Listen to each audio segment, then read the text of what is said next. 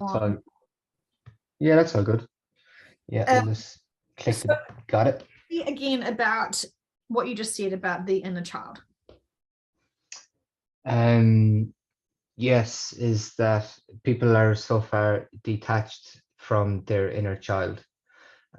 So when they see someone come with that exuberance, another adult with that exuberance, that they really shut off and they come across as if they should be what they perceive to be an adult of being less humorous and joyful and more staunch and serious, really.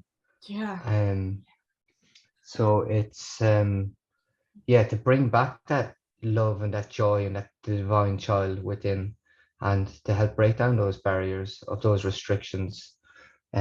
Because as we know, when we break that down and we're in that love and joy, is when the spirit can interact with us so much more freely, and just the healing in that itself, in that interaction. It's so true. It's so true. And we've all been really like happy go lucky in our joy. And then, we've shared that energy with being around others, and we can feel their disdain. We can feel their Mm. judgment and their, what are they happy about? Don't they know that there are starving orphans? I can feel it now. I can feel it now. Just even today with just an elder gentleman that was in the plumbing hardware, and just standing back a bit, and I could feel the energy, um, just being that very staunch and that. And but for to learn now, what I'm picking up on this is to still feel that and see that, but to still rise the vibration, rise the frequency, and still bring through the love and the joy and the silliness.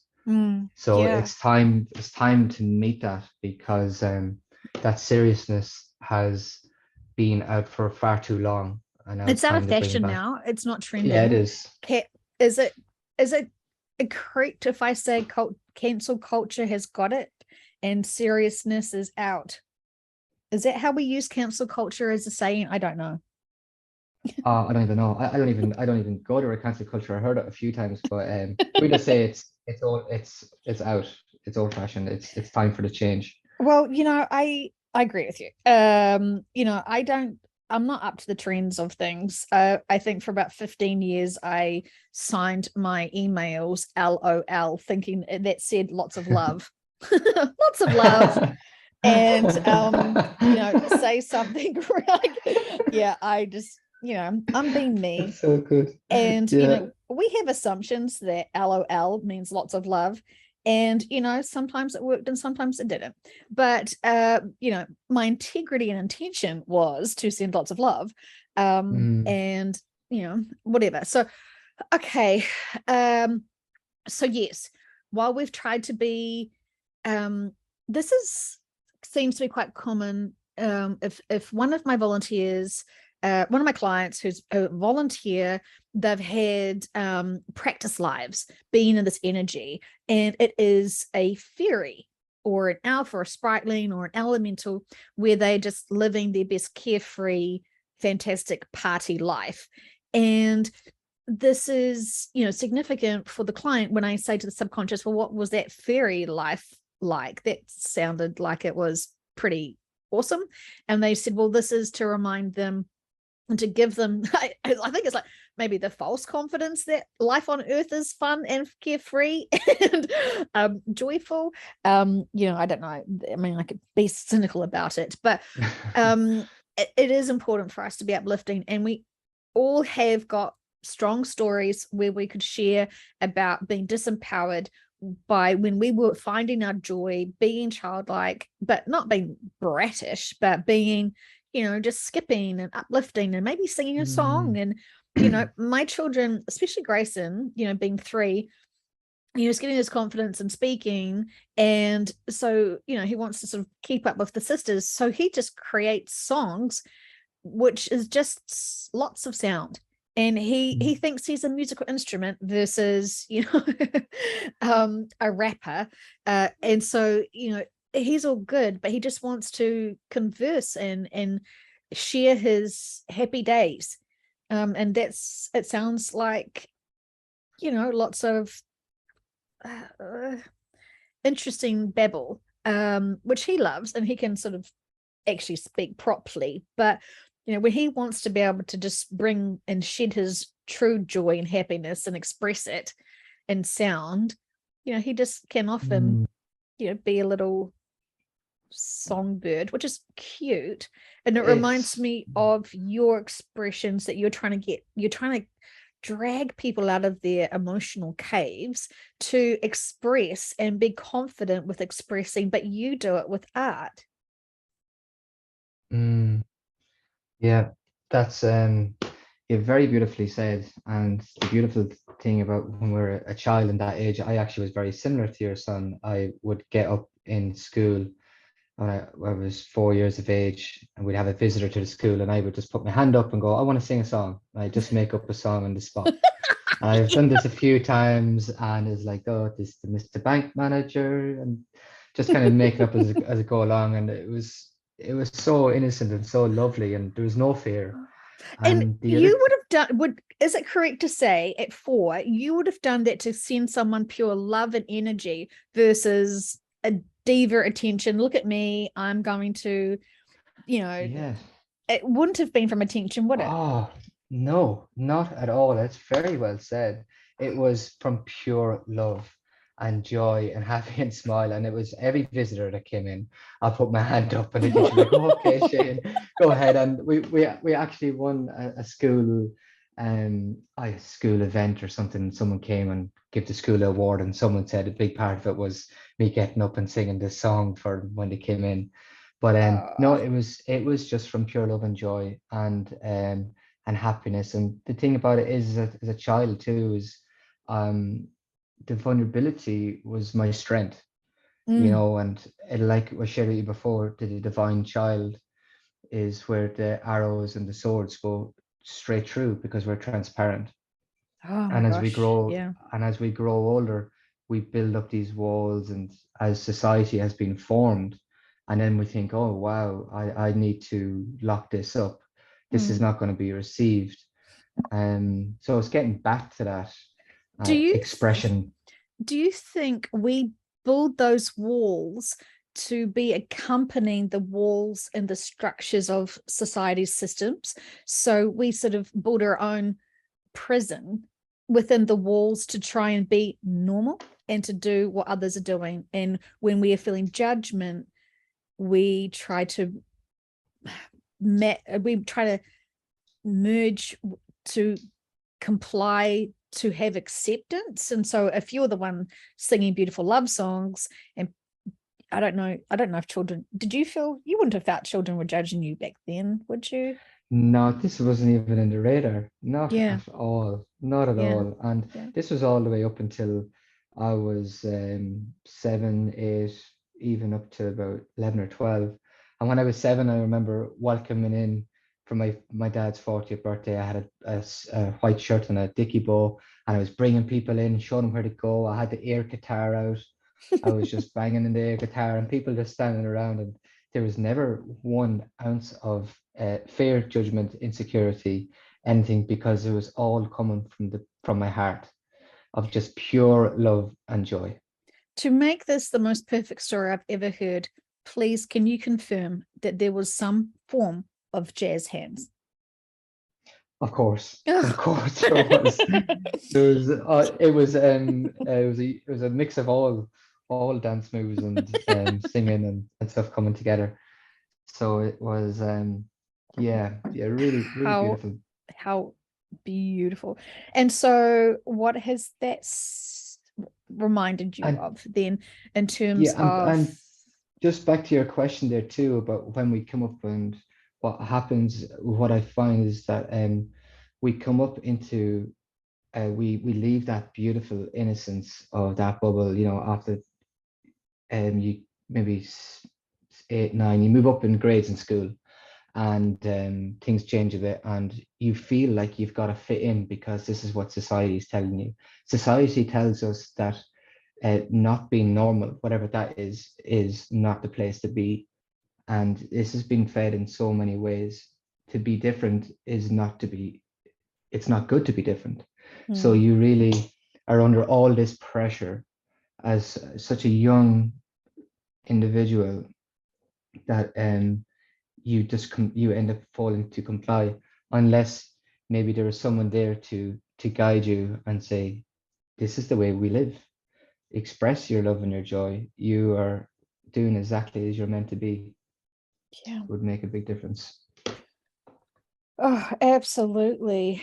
And so remembering our joy and being fearless with our expression is, can, make most, people say, is there an option B?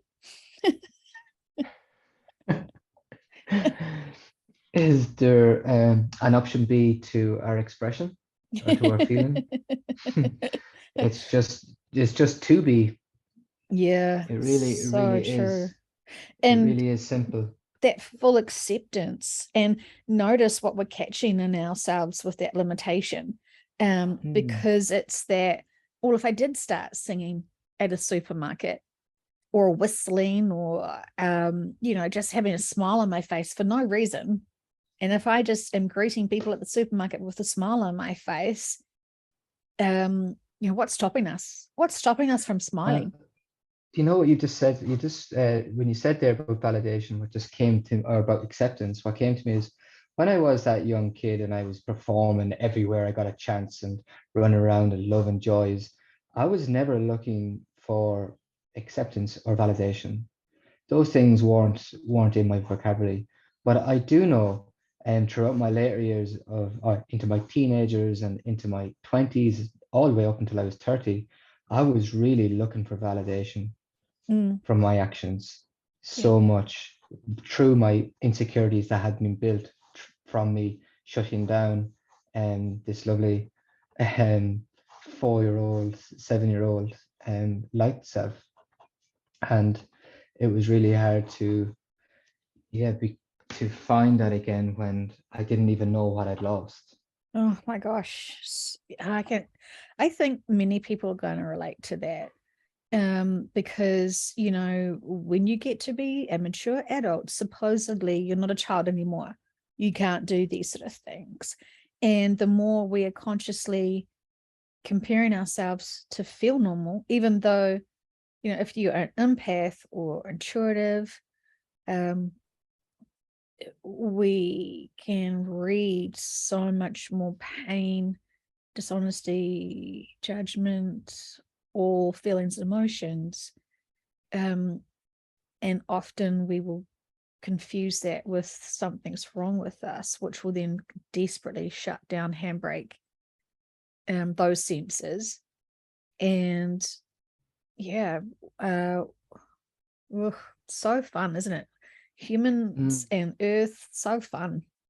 It is, and it really does come back to being just that when it is all fun once we get to a stage that we can start to understand everything and see it from a different perspective. Amen. And that's what this healing and this is what being with our expressions, and that's what that brings forth. Absolutely. And So yeah. does. And when I've done some channeling for you and they just keep reassuring you, you are pure love. You are pure love. You have got that big old connection to source energy, which is very intensive, very pure. And, whatever you want to call yourself, you've got that super high vibrational, super strong magnet for people to find your light, to find your joy, to find you.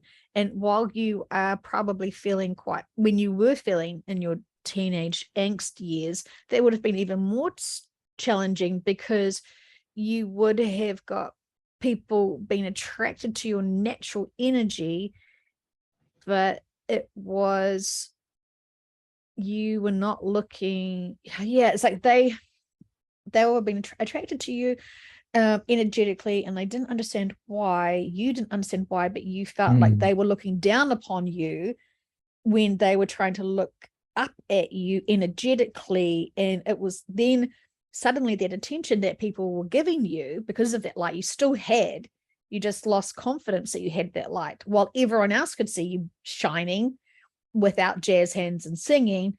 They could still feel your energy frequency. So it probably made you feel really conscious that lots of people were noticing you. It was definitely a confusing time. And with my childhood growing up in Ireland too, like there's a big drinking culture, which obviously add more layers to it. But I do remember I was the one friend of the group of a number of lads that everyone could talk to, that everyone could really drop in and share really deeply what they had going on, and knowing that it wouldn't go any further than us two. And I found it very hard because I had no one to talk to, because if I shared something very deep to one of my friends, boom, it's out everywhere. Everyone knows about it, because that's the humor in Ireland. Like, they really strip you down to the bone. And Yeah. then if you challenge it, like, oh, I'm only joking with you. But it's been really like getting right in there with a thorn Oh into your my stomach. gosh. Those But people then, that are brutal, but then when you call them out for the brutality of trying to totally destroy someone, and you call them out for that, and they say, I was only joking. It's like, yeah, no, it was 100% malice. You cannot pretend to yeah, be just joking. Don't you get a joke? this is like the depth of that humor, and it's intertwined into the culture. And like, I must say, they are lovely people. But it's just a twisted sense of society and of humor, and that was coming across. And I really struggled with it. I was obviously super sensitive. I didn't know these at these times why I was so sensitive to it. Mm, And I yeah. really felt it in my core. So a lot of people came to me, yeah, throughout my life, and now to have this understanding and sharing, I can it's beautiful definitely to accept. I can resonate with that sort of culture though, because I mean, even though I was born in New Zealand, had English grandparents and um, on all sorts of sides, and they weren't really drinkers, but it was just that really brutal sarcasm and criticism that inspired us to grow. But it always came from a deep insecurity. So they would be so hurtful because their insecurities were nearly making them drown. Mm. Well, it's that same old saying, you got to drag someone down to bring you up. And I feel like that's what Oh. a lot of that Or is. or is it misery loves company? Yeah, So it's a funny way. It's a funny way of it, having company. Yeah. yeah, they will want to drag people down so they can, drag you down to their level so then they can feel comfortable in that density. So for you to be seen as a leader while you still had your own insecurities and going finding yourself in terms of your purpose and mission on earth and what you're supposed to be doing, Mm. yeah, I can imagine quite challenging, while Well, I still can. people had expectation that you were going to be this leader. And the fact that you could recognize people come to you and open up profoundly because of that pure energy, and because you don't have that judgment, and you probably never had it, that judgment of self, I know you had judgment of self, but other people probably never ever had judgment on you compared to what you were judging yourself with in your confusion. This is very interesting. This is bringing up some stuff from my childhood as well, and just around the leadership thing. And one of them was, we were in a summer camp, and I remember there was quite a lot of us there, and there was me and this one other guy, and I remember there was about maybe a group of 12 or 14 of us. I remember everybody was kind of following this kid, and I was kind of wanting that kind of role. And it happened in a few days, and everyone's like kind of being around me as a young child, Mm. and you like that attention, I guess you'd say, or just that feeling. But as soon as that happened, I shut off. As soon as everyone was like, want to know what I was doing, coming with me and doing things, I really shut off, and I went away from that role Why do you feel completely. that is? I mean, I could guess, but you know Continue on. Why do you feel? Well, I feel because I feel I wasn't worthy and I didn't feel that I was. I can actually tell you in another story of what I feel that was. I was in a nightclub, and this is later on in my early 20s, and a girl came up to me in the nightclub and said, "You're better looking than your brother." And I said, "No, I'm not better looking than my brother." I said, "Can you please move away? I don't want to listen to this." And what I'd done, I was always afraid of being too in love with myself, or too um, think of myself too highly. So what I'd done in that situation, I actually pushed myself all the way down past the middle, which is the balance, which is just the place to be, I feel. And I Mhm. went all the way down from people trying to lift me up above to all the way down below. So it's just as bad being down below as it is up above. And I left myself there for so many years because I was afraid of I guess being someone who's not nice, not being able to handle this well, how would I say it, of being put up on a pedestal. I didn't want that. So I pushed myself down below the pedestal, well below. And I can see now in my life how that's affected me. And now where I'm at now today is in the middle.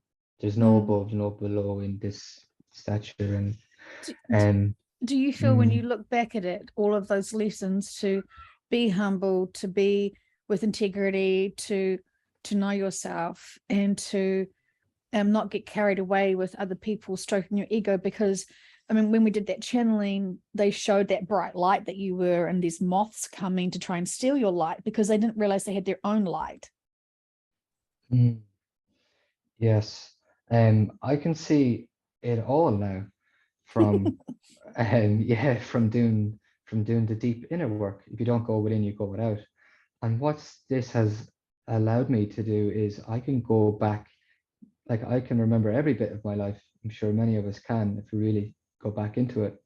And it allows me to look back at it, at these experiences with now understanding, which is so huge. And I look back without shame or guilt because every action that I've done, and if it might not be perceived to be a good action, um, for example, just my drinking or doing my drugs or calling somebody names and not using my energy correctly and doing other acts of unjust or just not good things, really. It was from a lower level of consciousness. Mm. So I'm not going to have shame or guilt for that. No, And none of it, no, would you? it's all learning. Yeah. So I can look at everything, and even from people weren't nice to me and people who were nasty to me, I can look back with them with compassion and see them now, like see the pain that they're coming from in order to push this onto me. Mm. So it's really has opened up an awful lot doing the inner work. I've always been impressed with your journey, and the sessions that we've done together are just gave me such great hope and so much joy knowing that there is so many amazing souls here on this planet who have pure heart, pure integrity, are not corruptible, and have done all of their true inner work and really have that badge of honor. And they were saying that you had sort of punished yourself so much that they could have been beyond horrific full body scars and wounds and festery, and could have, if you fully let yourself go, could have been in a real interesting choice of life. And I think because of your path, your mission, your purpose, you empowered yourself in the most honest and pure way. And what always impresses me about you is that along your journey, you see that this has helped you so much and is so beneficial. You want to bring other people with you because you are that natural leader. And so instead of you just going, well, I'm just going to be me, if everybody else, you can do you, you are including and inviting people to be able to have that new perspective, to have that trust and faith in self, have the trust and faith that there is significance for those trauma and that pain, to not keep us stuck in there, not to judge others, not to judge those who are still stuck there, but to really have a really grounded perspective of solutions, how to navigate ourselves out of our own prisons. Yeah, beautifully said. Aligns very much with my journey and where I'm moving forward with, is to empower people and for them to remember who they truly are, which is eternal love and light and inherently good. And a lot of what they've experienced, if they felt like they've done something bad or here, it's just stuff. You just grow and learn. And what they sort of what they're reminding me is saying that, you know, you were so pure and so pure, and I don't know why they don't say this to everyone, but they said it to you, is that, you know, you could have got lost if you didn't make any mistakes, because you're so pure. You would have been completely confused why people are being people. And while you were so pure with your pure love and your angelic singing and all that sort of stuff, to be, you know, just this, you know, earth angel, whatever you want to call it, if you had not made any what you perceive as mistakes, you wouldn't have been able to associate and pretend to be that human who is, you know, fallible, but we also grow from that. It doesn't destroy us. And it's also significant. It's not an accident that you had your, you know, what everyone does, awkward phase. So true. And I am grateful for each and every one of those experiences and to be where I am today. It's been invaluable. It really has. And then, but in order for me to get to this place of being grateful for all of those experiences, that was a journey in itself of accepting, of releasing, forgiving, and letting go. And from there, everything else opened up. And it's an ongoing journey, of course. And when we forgive ourselves, it's more easy to forgive others, because ultimately when we are not able to forgive others, there's still the element of not forgiving ourselves. So, you know, it's the same as if you don't love yourself, you can't love others truly, you know, because there's often not a balance there. So I guess the same as if you can't forgive yourself, you can't forgive others.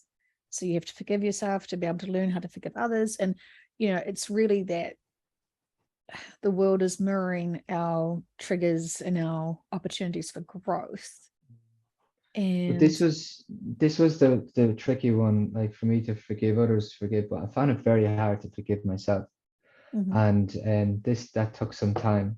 But the beautiful saying is we do more good for the universe looking after ourselves first than we do anybody else. So really it starts with you first, forgiving yourself. And there is some sort of old school spiritual belief systems that say that's selfish. You should not do any of your own inner work. You should focus on others. Don't be so indulgent to worry about what's happening for you. You just must be of service to others, or don't do anything, because just being here is good enough. And what do you do if you're just good enough and you're not looking at any of your pain or your lessons and experiences? I mean, even if you haven't made a mistake in your life, we still have to grow. And when we're not looking at our own inner work, and when we're not being of service, what else do you do with your time? Yeah, just get distracted into the abyss. You pick up a hobby. Yeah. And it could be a bad hobby. It could be, this is what we wanted to talk about, it could be an addiction. Now, what does an addiction look like? And I know when I say that the collectives don't really want people on drugs, and they're thinking, yeah, that marijuana and that, I don't even know what other drugs are called. Oh, that heroin. Oh yeah, that's bad. They're saying all drugs. So regardless of who prescribed it or who sold it to you, they are saying that can still be a hindrance to your spiritual growth. And I know that some people do use marijuana as, a way to fully relax in and to have the confidence to, to do whatever they want to do. But our teams always are saying you can connect into us higher, naturally, purely. It's just that step in faith and trust and figuring out how do we truly connect in. I mean, the hand is never severed from the arm, even if that hand has a joint in it. But, so much to be said about it. And then someone was wanting to know how terrible is alcohol, and from a metaphysical perspective, and you'd sort of think, oh wow, the sugar's gonna be really bad, and it's there's a whole lot of stuff there, but it seems that the sugar releases the pressure of the pericardium, which is on the heart. And if you've got heartache and you're holding on to a lot of bitterness and resentment in the heart, having that release from that tight pericardium actually releases you from not feeling that pain. And while it's not doing your inner work, people are using it as a relief from the inner work that is needing their attention. Yes. Well, just on alcohol, it's called spirits. It's called spirit for a reason. Mm-hmm. It's what I feel is from my own experience. I'll share, for being a big drinker for what age? 22. Probably 24 years. I first got drunk when I was 12, little bowsy, and I've had quite a full on drinking career since then. And I found drinking the alcohol was masking up my pain. I was trying to find myself through the alcohol to try and be someone, so I would be liked, and I found then that the alcohol, my soul would leave and the spirit would come in and it'd be something else, and do silly things and stupid things and all sorts. Can I just ask you, are you a happy singing drunk, or what are you when you're drunk? The life and soul of the party. I was very happy, but I would go through the very happy phase, and then at the end of the night, I would be very emotional, and I could get very hot-headed as well sometimes. Could it just be said, just for shits and giggles, not to encourage you to do back drinking, but what if I said to you, when you have the alcohol, you turn back into that childlike happiness, where you again are trying to share love and joy and be the party to uplift everyone. And while there may be some that are judging and some that are feeling uplifted, you're absorbing all of the density from that group. As you're lifting their frequency vibrations, you are robbing them blind of their density, because that's what we do. And that at that moment, when you are completely energetically spent from that high, you're full of their density. And maybe judgment, right? Maybe ridicule, maybe insecurities, all of their emotions that you have robbed from them. Suddenly it's more than the upliftment of the joy that you naturally are. And then you have could you say that then with your emotions and your anger, you're actually then transmuting the energy that you stole from them to be able to release it and heal for them? Yeah. And that it's a grounding? That makes so much sense. And the anger was never directed towards anyone. I never harmed anyone but myself. But what you're saying really does resonate, because I was highly sensitive throughout my life, highly empathic, which I'm only really beginning to notice in the last few years. And there was so many mix of energies around of where I was. and absorbing all of that. And if And they're it's drinking alcohol, then wouldn't it be fair to say that they're uplifted and they are much more vulnerable for having their density stolen from you, because they are uplifted and they are naturally releasing that. So you're just absorbing all that density while doing the jig. yeah, yeah, it makes so much sense. It really does. Yeah. So then are you going to, yeah, I mean, I know people don't, I know people hate alcohol and have big problems with it because of who they become. But we need to look at who we become. What is really going on there? I mean, could it be said that if we'd suddenly turned into the life of the party, do we really need alcohol as that tool?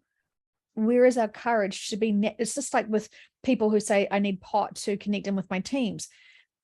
We could, and so then people are saying, well, to be the life of the party, I need the Dutch courage or whatever. And Yes. Again, these are tools for us to be our true selves.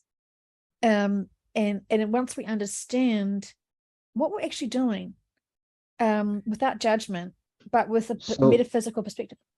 What I've found just and for myself, why I drank and why I know so many people do drink is because it drops away your inhibitions. But they're inhibitions that we have built up throughout our life. So if we drop back to our divine child, there's no need for any substance. There's no need for anything because you already are all that, which we are now. Speaking to you right now, we are this. So it's getting past that illusion that we are not. And I guess that was one big allure for me was of letting go of inhibitions, and which now I'm finding without the alcohol, through jiu-jitsu, martial arts that I train, and through also doing creative arts, which has really helped express my divine self, my divine feminine, of singing and playing the flute and gathering with people and chanting, and it's really helped open, express, and start to bring this divine child to the front again, without the use of anything. And a very wise friend, like I do work very closely with plant medicine and beautiful cannabis. It does has its place, but what happens is people get addicted and attached. They get the medicine from one spliff, but they smoke the whole bag. And it's there's a fine line. It definitely has its place, as it's the divine feminine, the creative spark. And with other plant medicines I do work with, that they really do help to open up people's heart to see through the illusion. But as and many other wonderful medicinal properties. But a wise man did share with me. He said the ultimate goal of what we're aiming for is to reach these um, places of a divine connection without the medicines. They are here as a tool to assist us on our journey, to help us break away from the 3D. If we sit with these medicines with pure intention and love, and treat them respectfully, they can really help us. And if we do not, they can turn into addiction. So there's a place for it, yeah, for sure. So could it be said that these are tools for us to practice upliftment, being the life of the party, or releasing our worries and concerns and self-judgment and pain from past, to be able to take that step of courage to really look objectively without the emotions, to see the lessons and purposes of experiences, while being, I think when we do it sober, it's quite beneficial because we've got the clarity to really learn and remember. I like the idea of remembering my epiphanies. Yes, very helpful. Otherwise, we're back again tomorrow. Yeah. Yeah.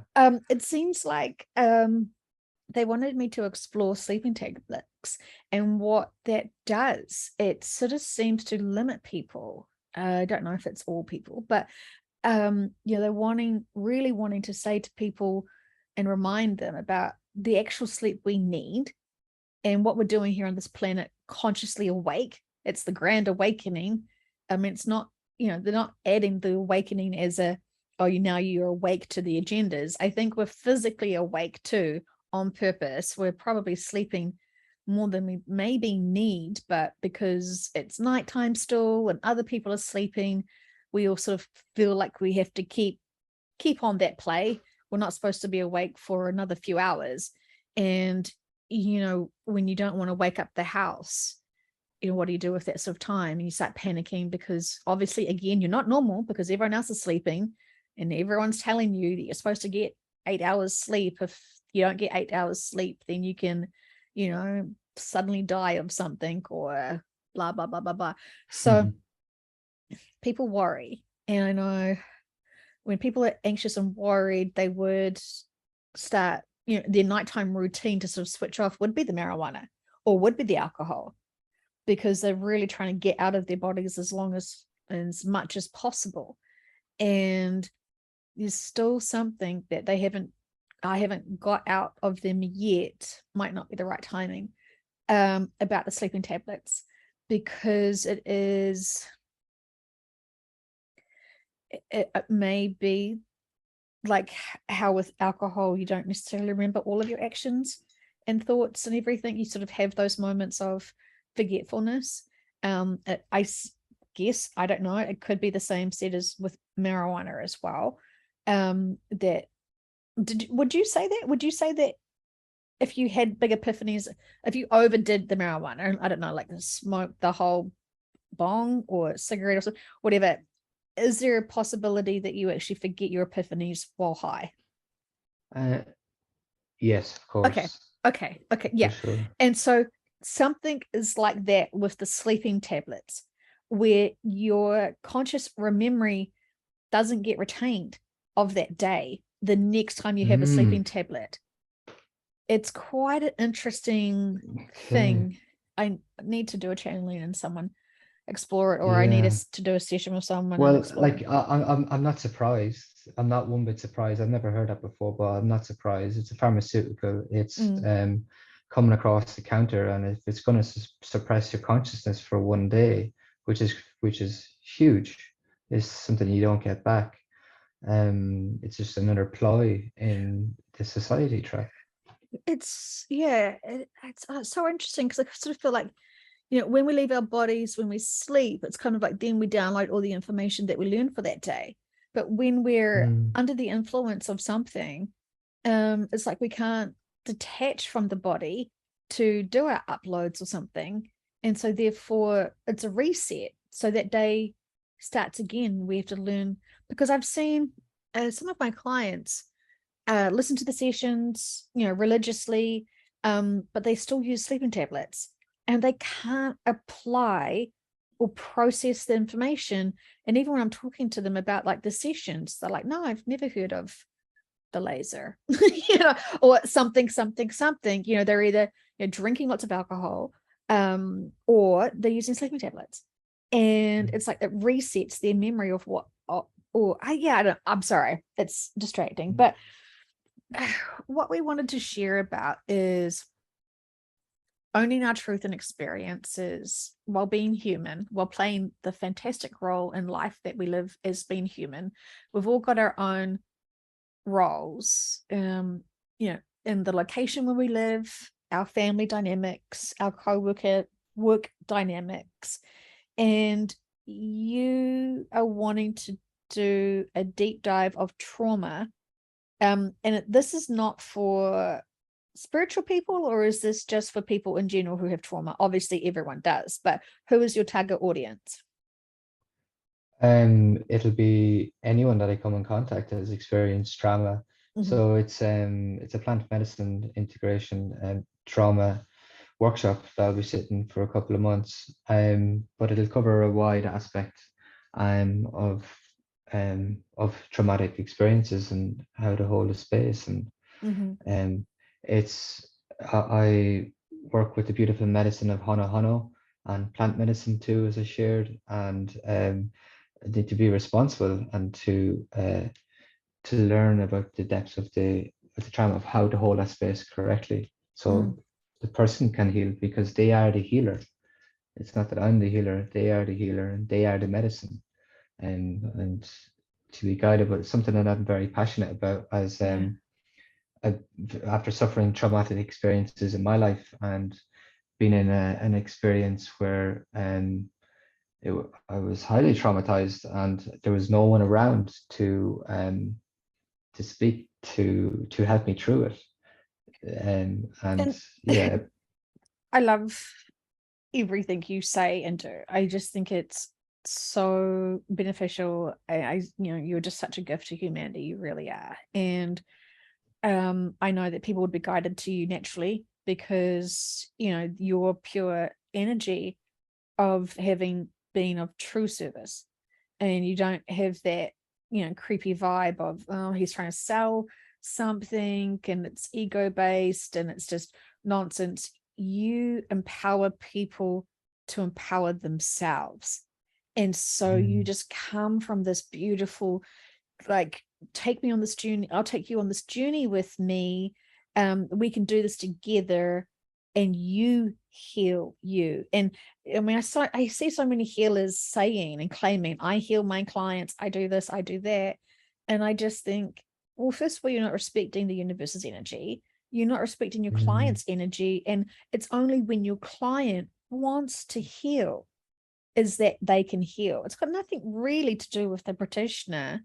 And that's part of their journey, that's fine.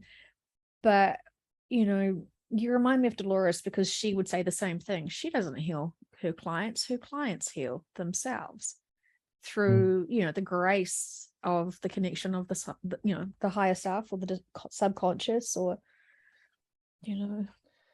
Yeah, that's I love nature. I love nature so much, and she's such a beautiful teacher. All of the teachings in life are written in nature in so many ways, and it's bringing back the remembrance that we are nature, and yeah, that we are our own healer, we are our own medicine.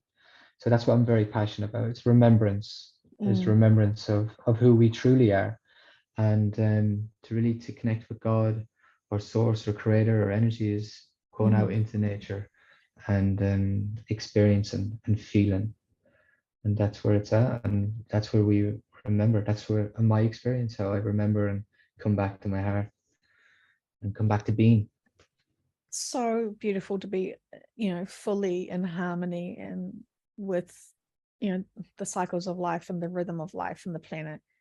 And I don't think many people give themselves that opportunity to have that relationship with nature.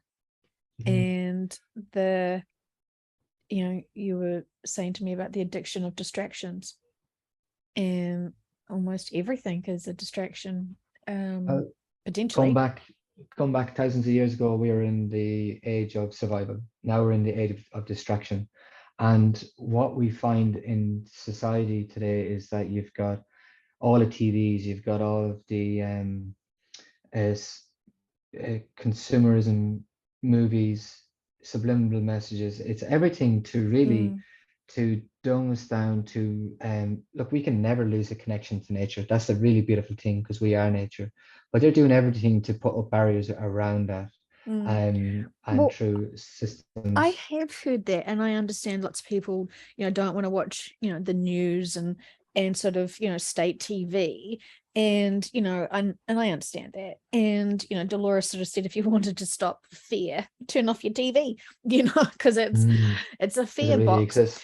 And so you create it all because your body doesn't realize you're not the actor in that movie, but you are going through that journey of watching that program as if you are, because your body doesn't notice the difference between you actually going through the journey of that movie versus you actually being that character, and that is your real life. And I guess people who play those, whatever those computer games are, God, I promise you I'm not a million years old. I kind of have some sort of awareness of the world, but those, whatever the systems are where people play those shooting games, and those where they see themselves almost holding the gun and going through shooting people, and bad guys or whatever, allegedly. So what I wanted to say about that is, people have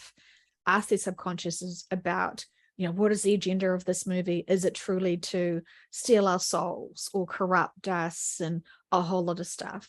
And surprisingly, the subconscious has a different opinion, which is when you watch something that's really brutal, like, so you identify being that female in the storyline, that female may get raped, may get murdered, may be cheated on, may have heartbreak, may have, the whole damsel in distress scene going on.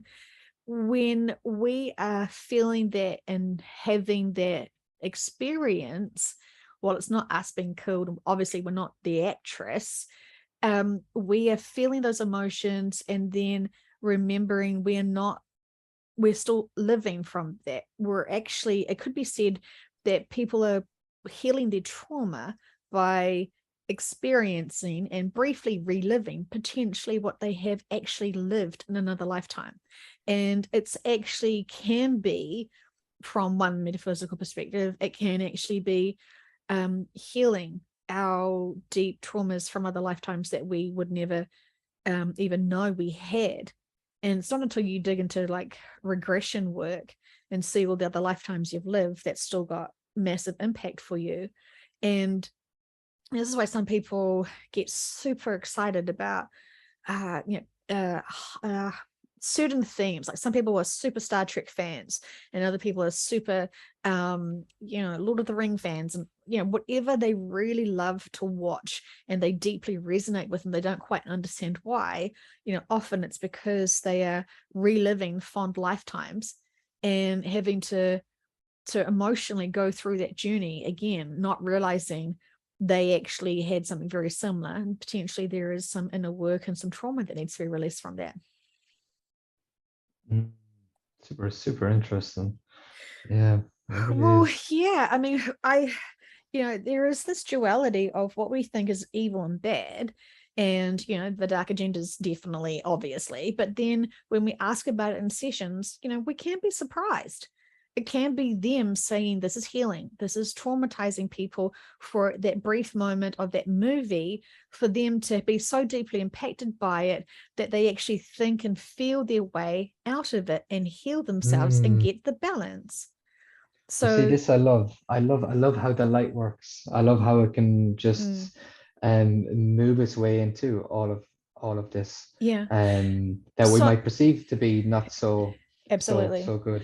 Well, we are very consciously aware that there is hidden agendas and that there's things trying to impact us. We know that there is things truly trying to impact us. We've got to figure out what it is. I could say sugar is the devil. It comes in many shapes and forms.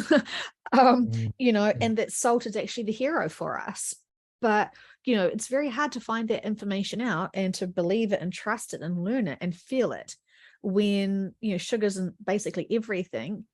And salt is supposedly the naughty kid in the block, and yet soul is it's got all so much natural minerals and nutrients, and is very, very, very old and very grounding and does a whole lot of really good things for us. But we have been conditioned to think it's terrible. And of course then they do weird things to the salt too, don't they? And it becomes that table salt versus that rock salt that seems to be the better option.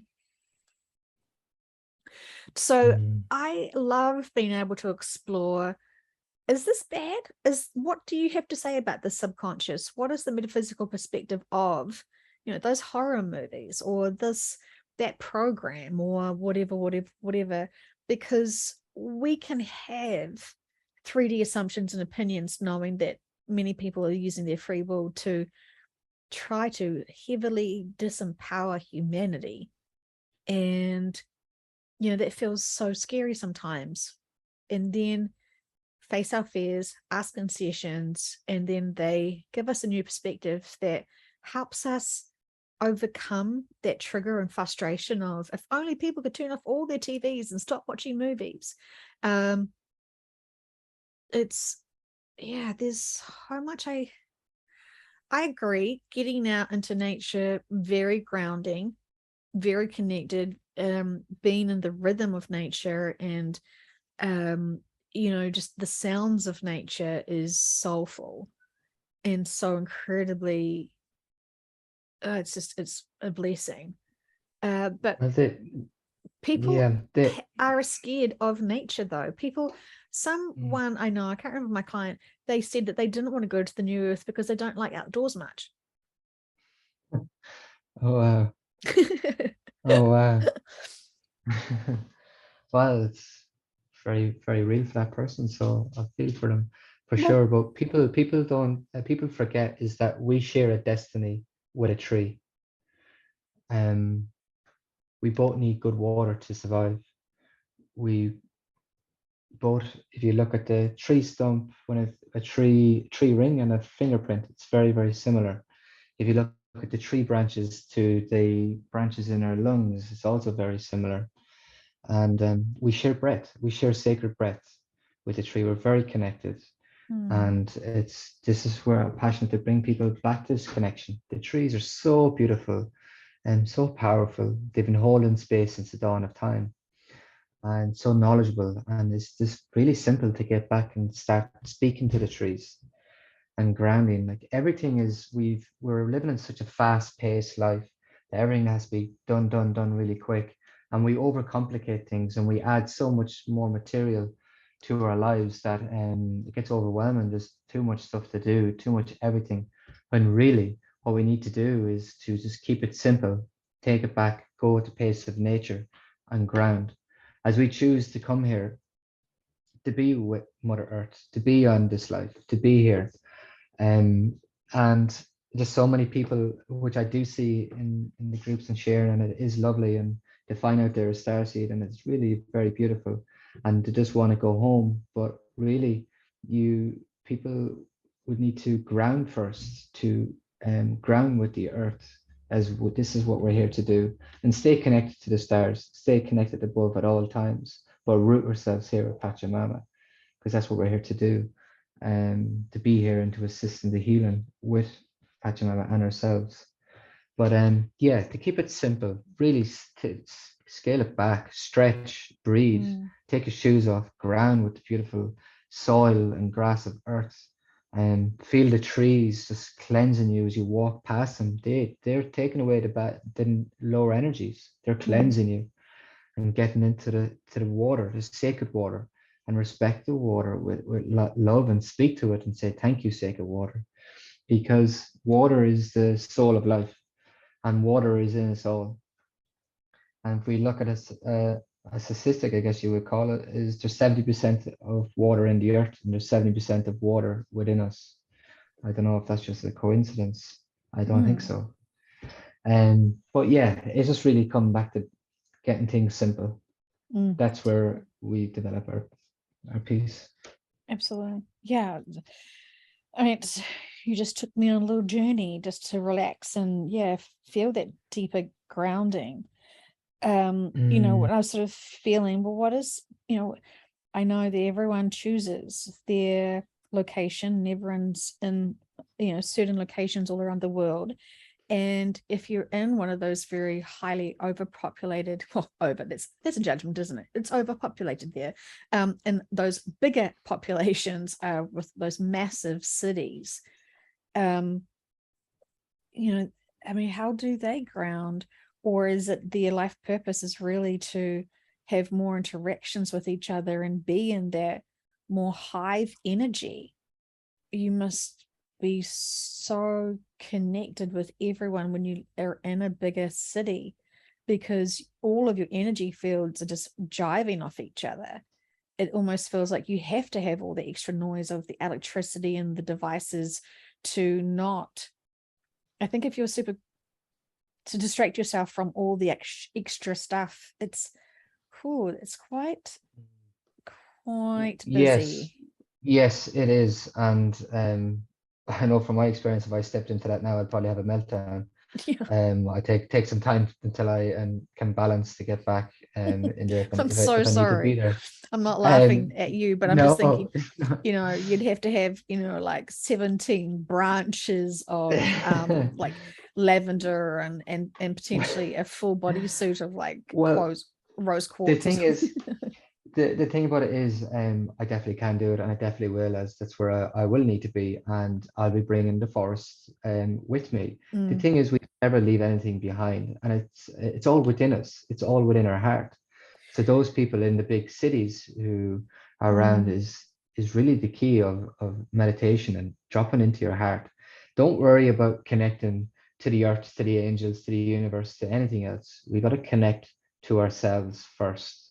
We mhm, got to connect to our heart. And once we connect to our heart, we bring our awareness into our heart. Our heartbeat beats with the heartbeat of Mother Earth, which is all love. And you'll feel your heartbeat beat throughout your hands, your arms, your legs. And mm, then we can connect in to Mother Earth and ground. And we can vision a beautiful rose with that highest vibrational plant coming out of our being and plugging into the earth, or a beautiful uh, oak tree, king of the forest, and rooting from our base up into the skies. And it all takes practice. mm. This is the thing, is that people, if they really want to make this change, they just need to have that bit of discipline, that want, the motivation to do this. Everything is at our fingertips if we choose to do. Yeah. Um, and I feel that's where a lot of it lies. It's yeah, our I, th- choice. I think people have been disempowered because they keep being told that they can't connect in. If you've ever eaten meat or masturbated, you definitely can't connect into source because they're going to judge you and go straight to hell. Oh, So well, I can tick the two of them off, and I've definitely connected to source. So I yeah, ticked two of them off for a long time, actually. but when you haven't overcome that guilt and forgiven yourself and realize you're still loved, Mm, that's a big one. When you still realize you're still loved, even though we've made some human yeah. choices to learn those experiences, and we're still loved. And Mm, many people feel like they're not loved by their parents, and this confirms like the only people in the world that are supposed to truly love you, and it's not your, and if your parents don't, well, Jesus is taking you off his well, Christmas list. Oh my God, could you imagine? well, That's so wrong just that I on just said this that. one, I've got such a beautiful sharing that a friend shared with me, and he said, um, th- exactly what you're saying there. We're always loved. We really are. We no matter what we do, it's love infinite, and like I shared earlier, the heart is inherently good. But my friend shared with me is, how did the source create us? What was the feeling when source created us? And when we came to Pachamama, what was her feeling? Because that is our father and mother over everything. Yes, we have our beautiful parents, our parents are there, but who is the father and mother of us all? Is source and Mother Earth. And just think of how did they feel when they created your beautiful being? And that is how Hmm. you always are. That they created you with the greatest love, divine love, love infinite, a beautiful white light, brighter than the sun.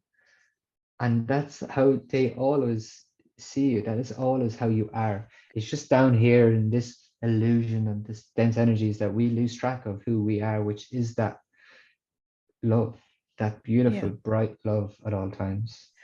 And there's no accidental soul creations. We were all planned. And I think so many people feel like, oh, I was an accident baby. They weren't planning to have me. I was an extra bonus, or what, like that can actually, that stigma can actually hold on to people for all of their lives, where they feel like, well, Mm, I was an unplanned pregnancy. And that can define someone, because you think your full soul existence being on this planet was you know because of a few drinks and a Christmas party or something, some other accident, and it wasn't intentional that they wanted to bring you into the world. And when we remember that there is a bigger, diviner plan for us, that we've created our life contracts here, we're a part of a bigger family, and that family is huge. and we're so connected in with that bigger family who has all our backs and love us and will always be here for us. I think the hardest thing is that we forget 99% of our soul family, even though we can feel them and can feel their love. We're so distracted in our physical family and our lives here. It's purposeful, but many people have that longing to be back with their soul family as they are, volunteers here for this mission on Earth. And, some beings who are very lucky because they've had many lifetimes here. So their physical families, are their soul families. Most volunteers aren't born with their soul families. You're put into other soul families, and so much to be said about it. I do love being reminded that we're not accidents. We were created with love, to be loved, to share love, to not limit ourselves, and to see ourselves as significant and purposeful.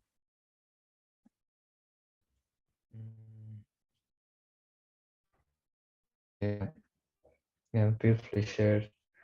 We are all one, and we are all connected, but there can be so much pain and hurt in the way of seeing that. And it's a tough journey. Often people sure. say that they do feel very alone and isolated, and they wish they had their soul family. And I've heard before they saying you could meet your soul family, but because you haven't done enough of your inner work, or potentially because they haven't done enough of their own inner work, you aren't, well, you deeply are attracted and drawn to each other energetically through the souls.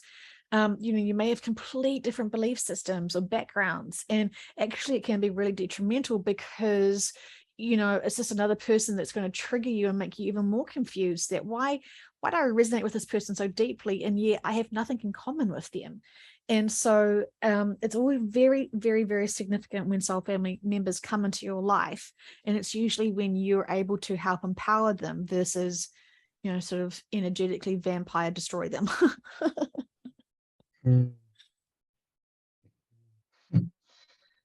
Well, it's back to our choice when we're up in the stars. And another friend shared with me, we're up in the stars, and then we said, right, we're going to go down for this earth experience, and we snort a line of cosmic dust, and we say, right, I'm going to have this experience, and I'm going to be grown into this family, and I'm going to go on this journey, and I'm going to be homeless for a while, or I'm going to do what I'm going to do. And then we're like, we'll catch up here, and you might start in Ireland and I'll start in Brazil, and then we'll catch up, and then you snort that line of cosmic dust, and you're like, oh shit, amnesia.